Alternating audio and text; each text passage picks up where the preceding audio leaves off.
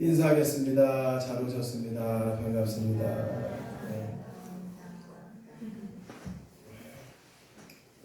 원래는 비대면 예배가 오늘까지입니다. 오늘까지고 다음 주부터는 이제 비수도권 지역, 이제 대전 같은 경우에는 20명 정도 예배를 이제 드릴 수 있도록 그렇게 합니다. 자기들 멋대로요. 우리는 알아서 그냥 계속 예배를 드립니다. 그렇게 하시고 우리 어차피 20명 미만이니까 뭐 그렇게 상관은 없을 것 같아요. 다만 이제 방역에 철저하게 신경을 써주시고 마스크 잘 쓰시고 실내에서는 그렇게 해주시면 되겠습니다. 지금 우리가 지금 마지막 때를 살고 있는데 우리 성도님들이 깨어 있으셔야 되고요. 준비되어 있으셔야 됩니다. 세상이 심상치 않게 돌아가고 있다는 것을 아마 아시는 분은 다 아실 거예요. 하지만 마귀는 우리의 마음을 빼앗습니다. 그래서 우리 아이들 같은 경우는 TV와 인터넷, 스마트폰에 빠져서 뭐가 중요한지 모르게 해요. 왜? 지옥으로 끌고 가야 되니까. 아이들이 지금 뭐 지옥이 뭔지 잘 몰라. 왜? 평소에 모르고 살아요. 네. 우리 그때 아이들 지옥 영상 한번 보여줬더니 놀라가지고 하나에는 회개하더라고. 회개에 막 무서워가지고 그동안 거짓말하고 도둑질하고 어떻게 하면 그러면 용서받을 수 있냐. 그래서 회개하라고 해요. 회개하더라고. 여러분 지옥을 알면요 무섭습니다. 무서워요. 여러분 얼마나 죄의 형벌이 무서우면 예수님께서 십자가에 처참한 모습으로 돌아가시잖아요. 우리들 대신해서 죽으시잖아요. 십자가에 예수님을 바라보면요 뭘 느낄 수 있어야 되면 죄가 이만큼 무섭다는 걸 알아야 돼요. 우리가 그렇게 처참하게 죽어야 될 걸 예수님이 대신해서 죽으신 거예요. 뭐 때문에? 죄 때문에. 죄 때문에. 이 죄의 문제가 해결되지 않으면요 우리 자녀들도 마찬가지고 부모들도 마찬가지고 모두가 구원받을 수 없고요 지옥에 갈 수밖에 없습니다. 오늘 말씀 제목이 회개하지 않으면 망합니다 라는 제목이에요. 회개하지 않으면 망한다. 우리의 인생의 모든 문제는 이 죄로부터 시작됩니다. 먼저는 그 원죄가 있죠. 원죄. 누구나 태어나면서 죄가 있는데 바로 원죄가 있어요. 여러분 원죄를 안고 태어나니까 어떻게 됩니까? 벗어날 수가 없어요. 재앙과 저주에서. 그 믿지 않는 사람들 특히 보면요 복음을 깨닫지 못하는 사람들도 마찬가지고 이 재앙에서 벗어나지 못하는 막 그러니까 가정이 깨지고 자녀들이 막 엉망이 되고 막 그냥 왜 그러나 죄의 시작이 죄로부터 시작되는 거예요. 여러분 옛날에 우리가 조선시대 때 대부분 막 90% 이상이 머슴 노예였잖아요. 종살이였잖아요. 여러분 그럼 그 종이 노예가 머슴이 자녀를 낳으면 왕이 됩니까? 영의정 좌의정 돼요? 어떻게 돼요? 그 머슴이 자녀나 돌쇠가 자녀나면 어떻게 돼? 마담새로 태어나잖아요. 뭐가 웃겨 이게? 참 웃길 포인트도 아니구만. 여러분 이 종의 노예를 낳으면요 노예요. 우리가 죄의 노예였는데 여러분 이 조상 때부터 계속 죄의 노예로 사는 거예요. 그런데 예수 그리스도로 말미암아 죄에서 자유를 얻게 된 겁니다. 그래서 우리가 하나님께 감사와 영광을 드리는 거예요. 그런데 아직까지도 죄의 노예에서 벗어나지 못한 사람들이 세상에 깔려 있어요. 우리 이 지역에도 마찬가지고. 왜 우리가 그리고 사명을 회복해야 되느냐? 그 죄의 노예에서 살고 있는 사람들, 그들을 주님께로 인도해서 그들도 죄에서 자유를 얻을 수 있도록 복음 듣고 하나님의 자녀 될 수 있도록 우리가 그 사명을 감당해야 될 줄 믿습니다. 근데 우리가 그 사명을 다 잊어버리고 살아요. 왜? 돈 버는데 바빠. 내 꿈과 야망을 실현하려고 막 그냥 뭐 이렇게 살다 보니까 가장 중요한 게 무엇인지도 모르고요. 우리가 살아갑니다. 여러분 그러므로 우리는 마지막 때가 될수록 무엇이 중요한지를 깨닫고 잘 이 시대를 분별해야 됩니다. 잘 분별해야 돼요. 그렇지 않으면요 우리도 세상 사람들과 똑같이 살 수밖에 없어요. 마귀는 계속 우리 마음을 속인다니까요. 쉴 새 없이 공격합니다. 쉴 새 없이 공격해요. 저와 우리 성도님들 그리고 성도님들 배우자와 자녀들을요 쉴 새 없이 공격하는 거예요. 계속해서. 계속해서. 그 노예에서 벗어나지 못하도록 그 노예 생활에서 빠져나오지 못하도록. 사실 믿지 않는 사람들은 복음을 깨닫지 못한 사람들은요 다 뭔가 감옥에 갇혀 있어요. 그러니까 그렇게 현상으로 드러나는 게 뭐냐면 중독이야. 중독. 알코올 중독, 스마트폰 중독, 또 게임 중독, 또 뭐 있어요? 음란, 막 거기에 다 중독에 빠져 있어. 그래서 헤어나오질 못하는 거예요. 더 심해지면 막 마약 중독까지 빠지는 거예요. 그 생각이 멍하죠. 뭐 옳고 그러면 분별을 못하는 거예요. 절대로 죄에서 빠져나올 수 없습니다. 무서운 거죠. 그러니까 마귀가 이것을 알고 지금 이게 사실로 뭐 완전히 밝혀지는 건 아니지만 요즘 나오는 백신들 있잖아요. 유전자를 바꿔버린다는 거예요. 왜? 우리 생각을 통제하려고. 우리 마음을. 그래서 아예 예수 믿고 구원받지 못하게 하려고 마귀가 이런 계략을 꾸미고 있다는 거예요. 무서운 세상이 오고 있습니다. 어떤 분은 그럽니다. 왜 가나안 땅에 있는 일곱 족속들을 아이들까지 전부 다 멸망시켰냐? 유전자가 바뀌어버렸다는 거예요. 유전자가. 고대 시대지만 유전자가 바뀌어버렸다는 거예요. 타락한 천사들이 그렇게 다 만들어버렸다는 거예요. 겉으로는 거인이고 키가 크고 힘세지만 완전히 그 마음 상태, 영적 상태를 다 바꿔놔 그냥 아예 돌이킬 수 없는 상태로 바꿔놨기 때문에 가망이 없는 거예요. 싹 다 죽여버린 거예요. 여러분 그런 시대가 오고 있죠. 가나안 땅이 일곱 족속이 멸망당하듯이 이 온 세상이 이제 멸망당한 주님께서 재림하시는 그날이 다가오고 있다는 겁니다.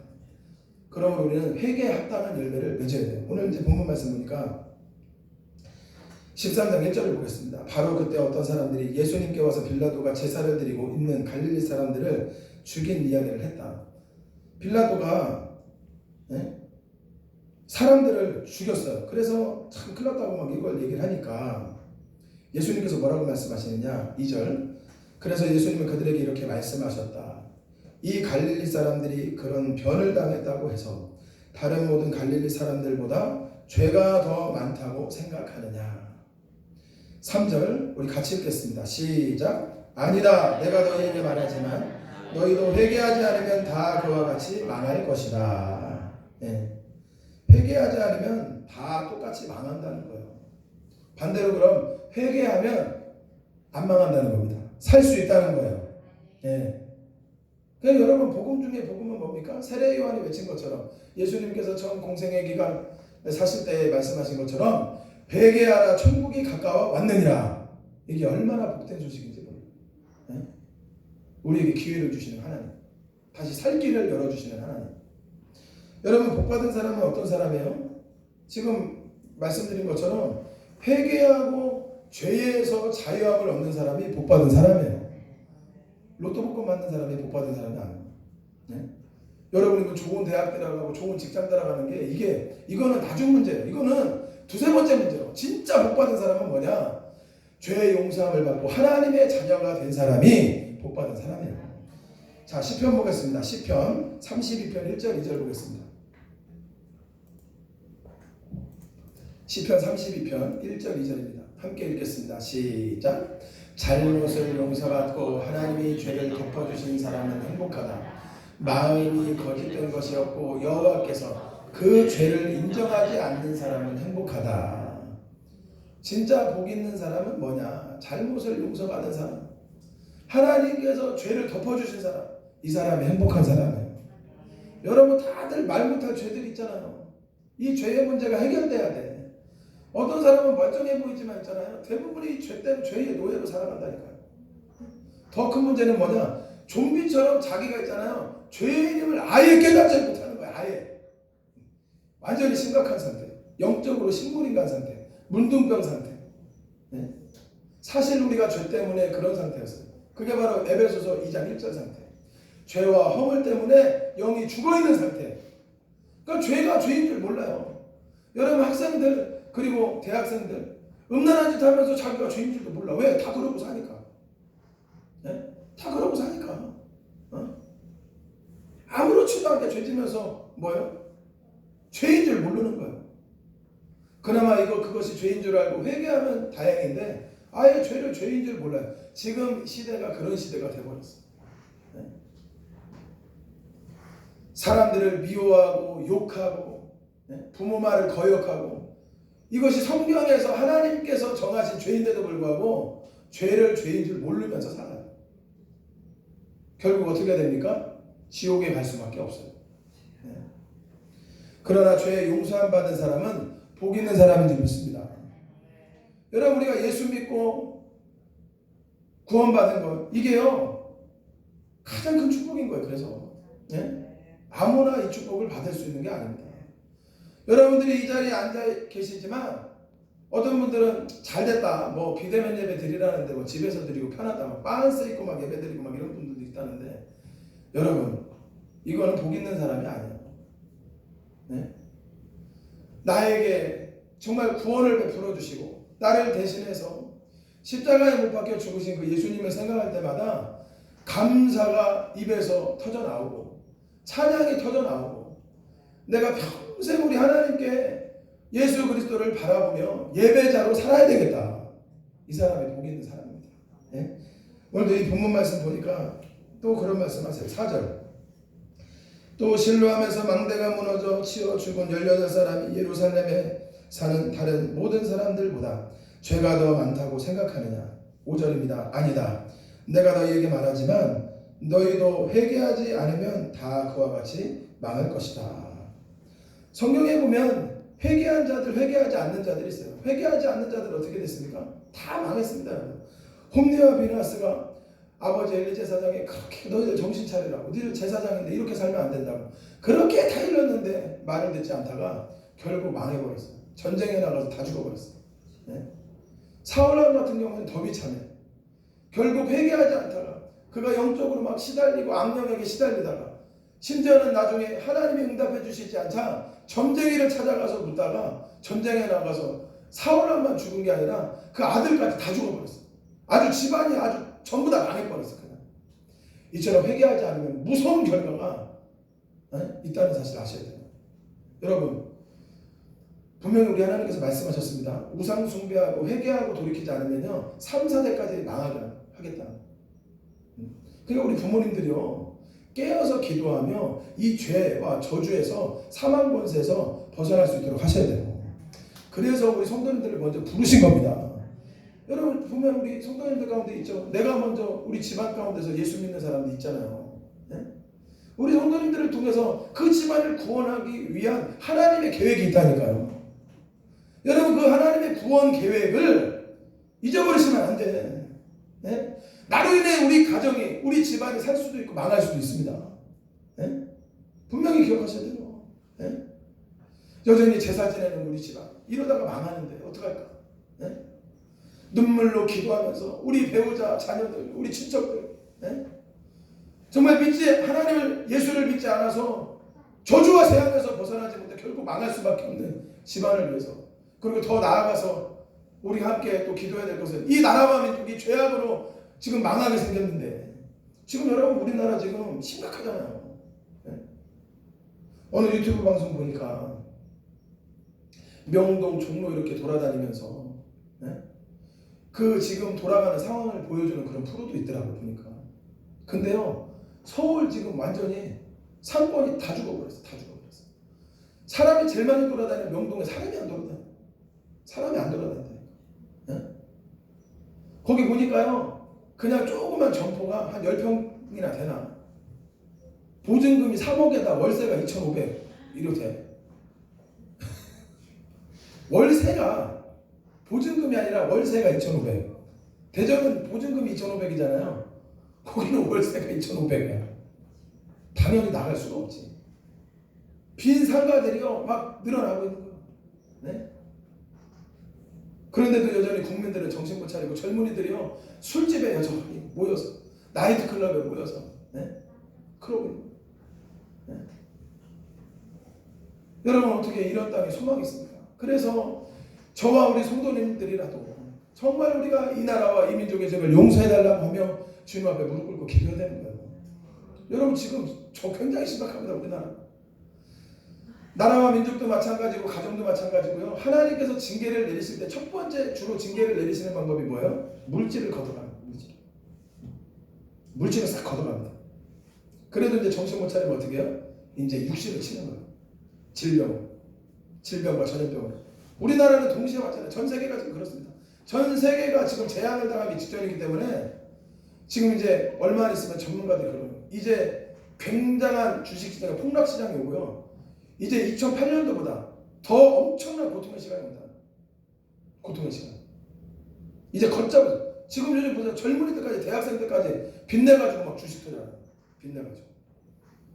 지금 개미들이 주식 투자하는 게 지금 얼마 정도 되는 줄 아세요? 64조예요. 64조. 64조. 네? 그런데 이게 다 빚으로 된 거기 때문에 지금 이게 한 번 이제 폭락하면 이제 걷잡을 수가 없는 거예요. 다 망하는 거예요. 네? 엄청난 재앙의 때가 지금 다가오고 있어요. 엄청난 재앙의 때. 다시 말씀드립니다. 하나님께서 우리를 징계하실 때 먼저 물질을 거둬라. 물질을. 그리고 회개하고 그래도 돌아오지 않으면 이제 육신을 질병으로 치기 시작합니다. 그래도 안 되면 어떻게 해요? 데려가요. 사울왕처럼. 홈리와 비나스처럼 데려가요. 그래서 오늘 예수님께서 뭐라고 말씀하시느냐? 너희도 회개하지 않으면 망한다. 너희도 회개하지 않으면 망한다. 여전히 죄에서 돌이키지 아니하고 부모를 거역하고 내 마음대로 살면서 게임 중독, 인터넷 중독, 알코올 중독 이런 중독에서 빠져나오지 못한 채 결국 망한다라 이거예요. 망한다. 여러분 이게 망하는 게 단순히 무슨 사업이 망한다 이거면은 그나마 다행인데 내 영혼이 망한다 이거는요 심각한 문제입니다. 심각한. 생명이 끊어지는 순간 단 1초도 안 걸리고 그냥 지옥으로 떨어지는데 우리 예수님께서 여기서 벗어나야 된다고 지금 말씀하시는 거예요. 벗어나야 된다. 너희들 자녀를 위해서 그래서 눈물로 기도해야 된다. 눈물로 기도해야 된다. 여러분 그 예수님께서 비유로 말씀하실 때에 그 원한 맺힌 과부가 밤낮 부르짖어 기도하는 그 말씀하시면서 이 마지막 때에 과연 믿음 있는 자를 내가 보겠느냐 이 얘기는 뭐예요? 내가 이렇게까지 얘기했는데 너희 배우자와 자녀들을 위해서 이 나라와 민족을 위해서 교회를 위해서 눈물로 기도하는 믿음의 사람을 내가 정말 볼 수 있겠냐? 거의 없다는 거예요. 아무리 외쳐도 사람들은 다른 데 정신이 다 팔려있는 거예요. 여러분 가장 시급한 게 무엇이냐? 가장 중요한 게 무엇이냐? 우리 영혼이 구원받는 것입니다. 내 영혼이 구원받는 거예요. 여러분 우리가 죄에서 자유함을 얻고 하나님의 자녀가 되면요 자동적으로 저와 우리 성도님들은 축복의 통로가 될 줄 믿습니다. 모든 막혔던 것들이 열리기 시작합니다. 그리고 사명을 회복하게 됩니다.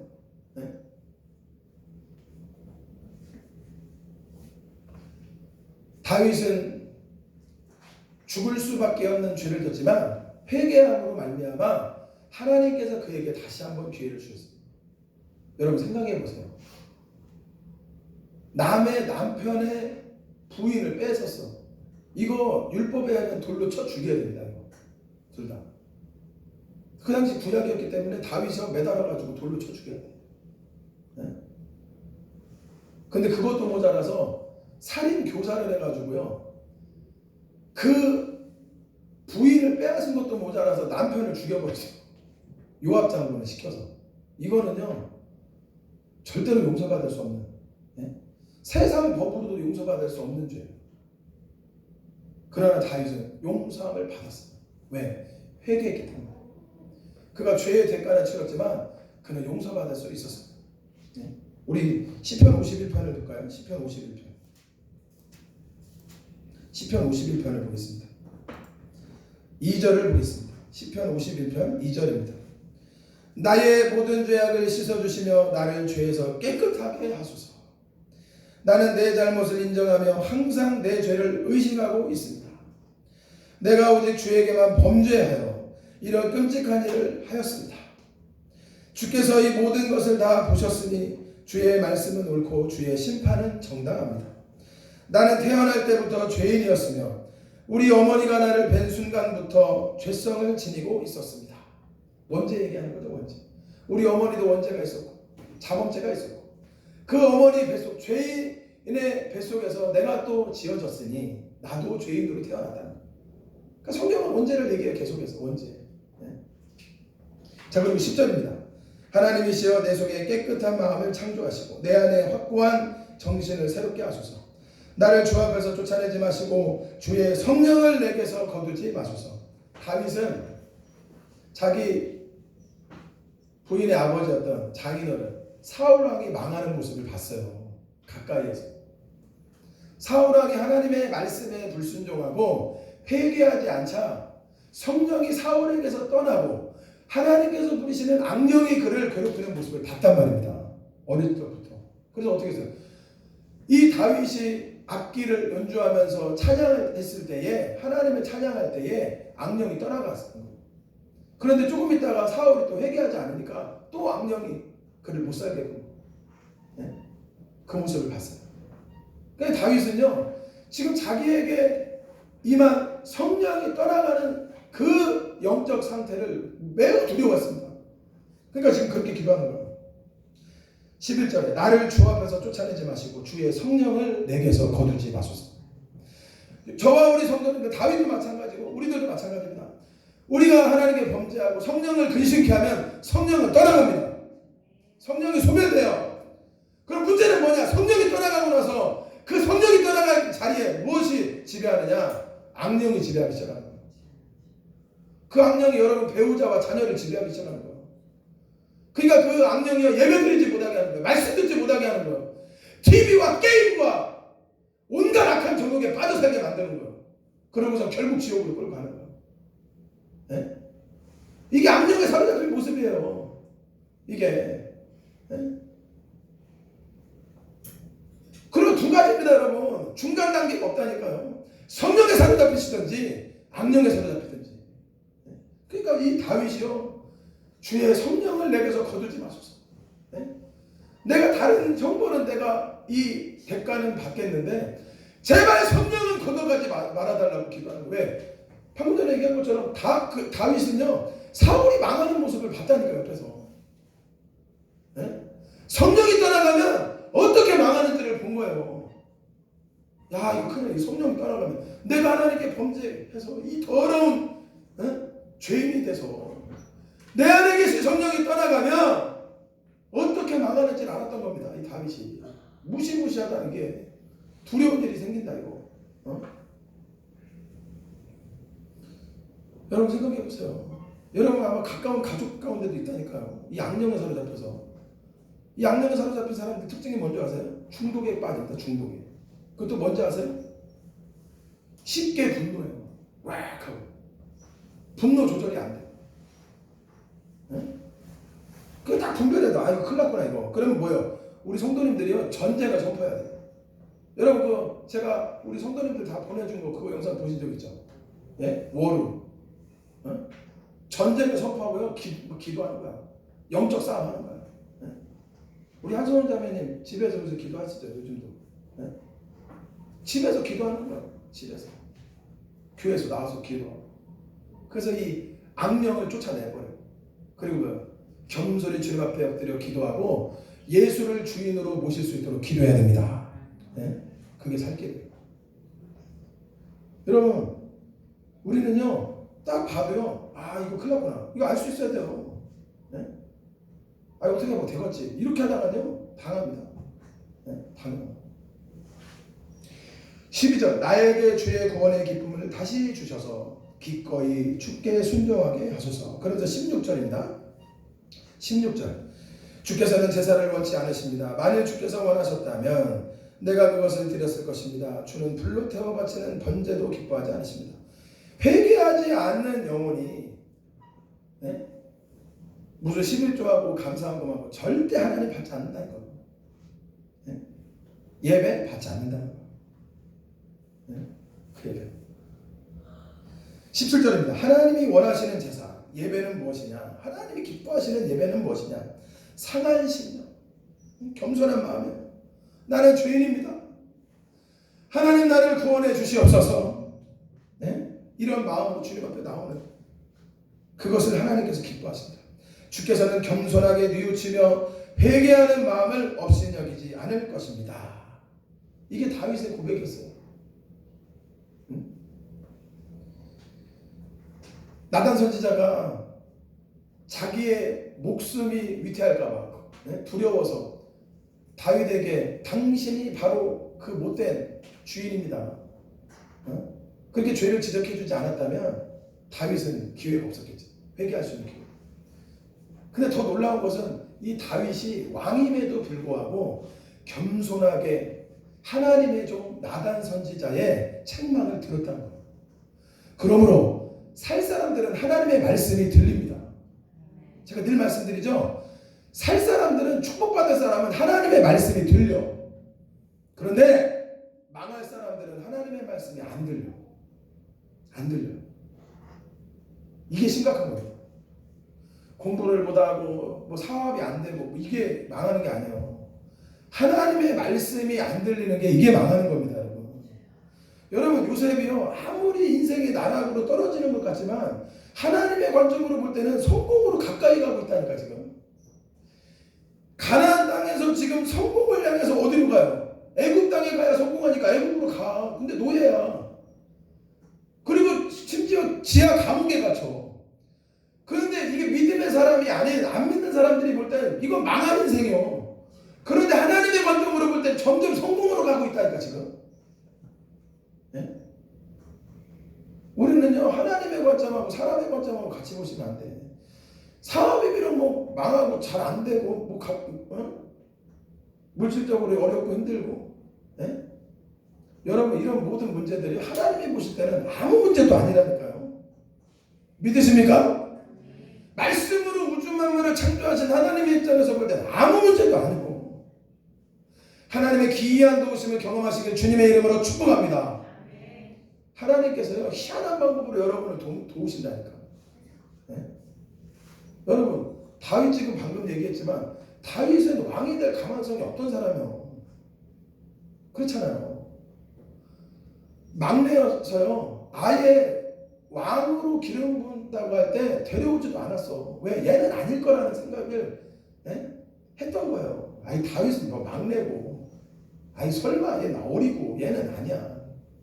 그런데 하나님께서 보실 때 다윗이 내 마음에 합한 자다. 다윗은 나의 말을 두려워할 줄 알고 그는 나를 찬양하면서 생활하고 있고 내 생각과 다윗의 생각이 일치한다.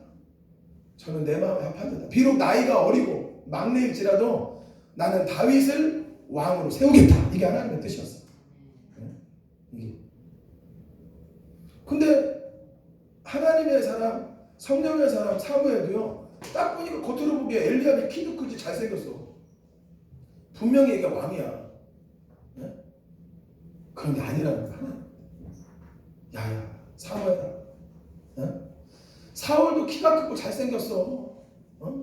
보통 사람보다 20-30cm가 더 컸어. 그런데 내가 그를 버렸지 않냐. 사람들은 외모를 보지만 나 여호와는 중심을 보느니라. 그렇게 말씀하시고 얘기가 조금 다른 데로 샜습니다. 오늘 본문 말씀 계속 보면은 중요한 말씀은 그거예요. 우리 성도님들 잊지 마시기 바랍니다. 회개하지 않으면 다 그와 같이 망한다. 우리가 올해 표어가 풍성한 열매를 맺어야 되는데 우리 성도님들이 풍성한 열매를 맺으려면 먼저 이 죄의 문제가 해결되어져야 될 줄 믿습니다. 이 죄의 문제가 해결되어져야 돼요. 이 죄의 문제가 있으면 절대로 풍성한 열매를 맺을 수가 없습니다. 오늘 이렇게 보니까 예수님은 비유를 들어 다시 말씀하셨다. 어떤 사람이 자기 포도원에 무화과 나무를 심어두고 열매가 열렸나 하고 가보았으나 아무것도 없었다. 그러니까 하나님께서 지금 관심을 갖고 계신 건 여러분의 외모도 아니에요. 그건 사람들이 관심이지 외모에 관심 있지 않아. 여러분 스펙이나 여러분 집안에 관심 있지 않아. 여러분이 뭘 관심 없어요. 하나님은 뭐에 관심 있느냐. 저와 우리 성도님들이 진짜 열매를 맺는지 안 맺는지 여기에 관심 있어요. 우리 성도님들 어때요? 열매 맺으십니까? 열매 맺고 계세요? 네? 열매가 열렸는가? 지금 하나님은 거기에 온통 관심이 있어요. 삶의 열매를 맺고 있는가? 대표적으로 한 가지만 말씀드리면 서로 사랑하며 사는가? 네? 전에는 싸우고 다투고 이해하고 용서하지 못하고 비방하고 판단만 하고 정죄하고 이런 삶에서 사랑하며 이해하며 용서하는 마음으로 선한 이런 열매로 바뀌었는지 열매를 맺었는지 하나님은 온통 여기에 관심이 있으세요. 우리가 전에 봤던 말씀 요한복음 15장 말씀에서 보니까 주님께 붙어 있어야 열매를 맺는데 과연 성도들이 주님께 붙어 있는 삶을 사는지 여기에 관심이 있는 거야. 하나님. 그래서 또 비유로 우리 예수님께서 계속 말씀하시기를 7절입니다. 그래서 그가 포도원을 지키는 사람에게 내가 이 무화과 나무에서 열매를 얻으려고 3년째 왔으나 얻은 것이 아무것도 없다. 너는 이 무화과 나무를 잘라버려라. 왜 땅만 못쓰게 하느냐. 잘라버려. 하나님은 사랑의 하나님이시기에 오래 참고 기다려주시지만 어느 순간 잘라버릴 때가 있다니까. 잘라버려.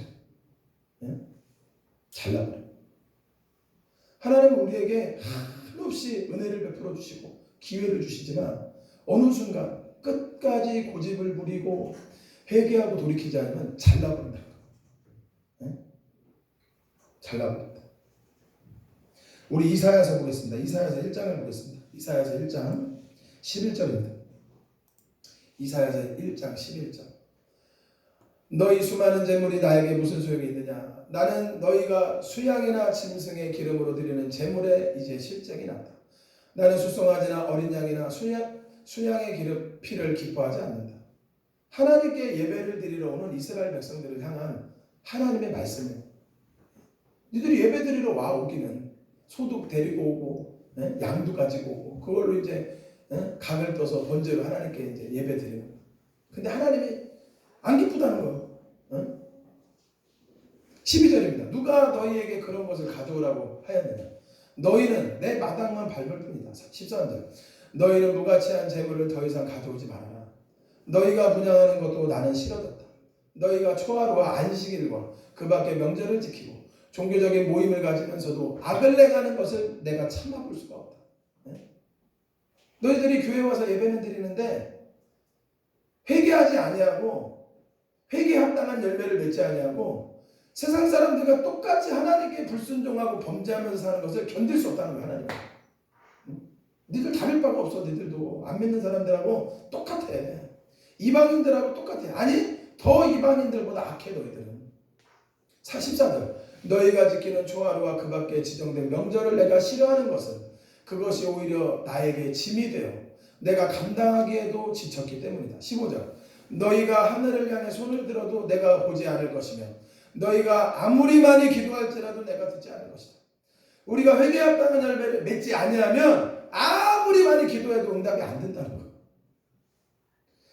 우리 성도님들 가운데 기도하지만 응답이 안 되는 분들이 혹시 있다면 먼저 회개에 합당한 열매를 맺으시기 바랍니다. 먼저 회개에 합당한 열매를 맺고 죄의 문제가 해결돼야 돼. 그리고 나서 기도해야 응답이 된다는 거예요.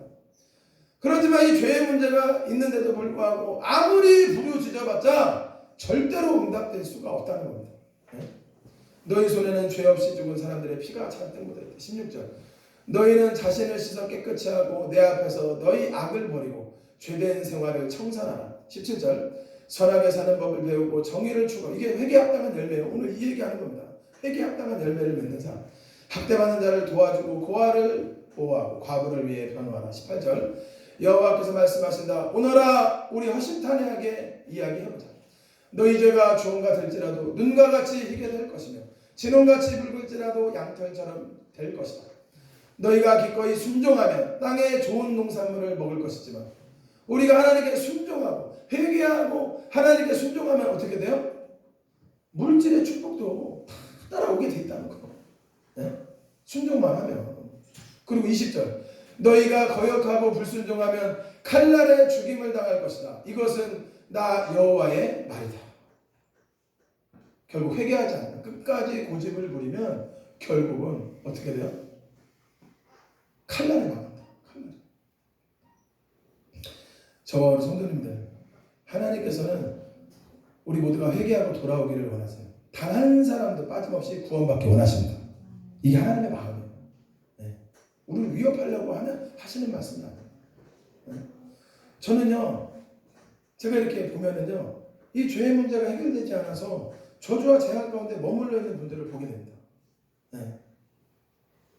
안타깝죠. 네. 평소 때는 얘기하기가 참 힘들어요.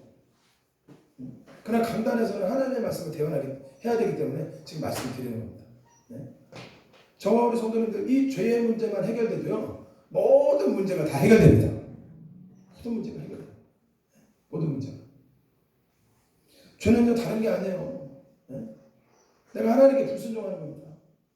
여전히 내 마음대로 사는 거예요. 하나님의 말씀을 듣고 그것으로 끝내버리는 거예요. 예? 오늘 계속 말씀 보겠습니다. 본문 말씀 8절입니다. 그 사람이 이렇게 대답하였다. 주인님, 한 해만 더 그냥 두십시오. 이게 아마 예수님을 가리키는 것 같아요. 예수님께서 하나님께 마치 모세가 이스라엘 백성들을 하나님께서 멸망시키겠다고 다 죽여버리겠다고 하자 모세가 한 번만 더 기회를 달라고 부르짖었던 것처럼 지금 예수님도 그 말씀 하시는 것 같아요. 한 해만 더 그냥 두십시오. 제가 둘레를 파고 걸음을 주겠습니다. 9절 이듬해라도 열매를 맺으면 좋지 않겠습니까? 그렇게 하고서도 끝내 열매를 맺지 못하면 그때 가서 잘라버리시지요. 네. 우리에게는 두 길이 있어요. 살 길과 멸망당해야 될 길이 있어요. 저와 우리 성도님들 그리고 우리 성도님들 가정 살 길을 선택하셔서 우리 모두가 축복의 통로가 되시길 주님의 이름으로 축복합니다. 네. 여러분 우리 이거 어렵지 않은 거예요. 사실은 내가 고집이 세서 그렇지 여러분 내 고집 버리고 내가 겸손히 주님 앞에 엎드리면요 누구나 다 살 수 있어요. 그리고 축복받을 수 있습니다. 우리 마지막으로 사도행전 한번 볼게요. 사도행전 2장입니다. 사도행전 2장 36절부터 보겠습니다. 베드로가 담대하게 말씀을 전했어요. 그때 사람들의 반응입니다. 그러므로 여러분 이 일을 분명히 하십시오. 여러분이 십자가에 못 박아 죽인 이 예수님을 하나님께서는 주와 그리스도로 삼으셨습니다. 37절 사람들은 이 말을 듣고 마음에 찔려 베드로와 다른 사도들에게 형제들 우리가 어떻게 하면 좋겠소 하였다. 38절 같이 읽겠습니다. 그래서 베드로가 그들에게 말하였다. 여러분 모두 회개하고 예수 그리스도 이름으로 침례를 받아 죄사함을 받으십시오. 그러면 성령님의 선물을 받을 것입니다. 우리가 하나님께 회개하고 죄 용서함을 받게 되면 우리 하나님께서는 성령을 선물로 주십니다. 네. 여러분 성령을 선물로 받아야 형통한 삶을 살 수가 있어요. 성경에 보면 수많은 인물들이 그들이 형통한 삶을 살 수 있었던 것은 하나님이 그들과 함께 하셨기 때문입니다. 저와 우리 성도님들과 하나님께서 함께 하시기 위해서 어떻게 하세요? 성령을 선물로 주시겠다는 거예요. 여러분 자녀들에게 성령을 선물로 주시겠다는 거예요. 네? 성령 충만함을 받으시기 바랍니다. 먼저 죄 용서함을 받고 성령 충만함을 받으시기 바랍니다. 성령 충만함을 받아야 돼요. 그래야 형통한 삶을 삽니다. 네? 그러면 우리의 기도 제목은 성령 충만함을 주시옵소서. 네?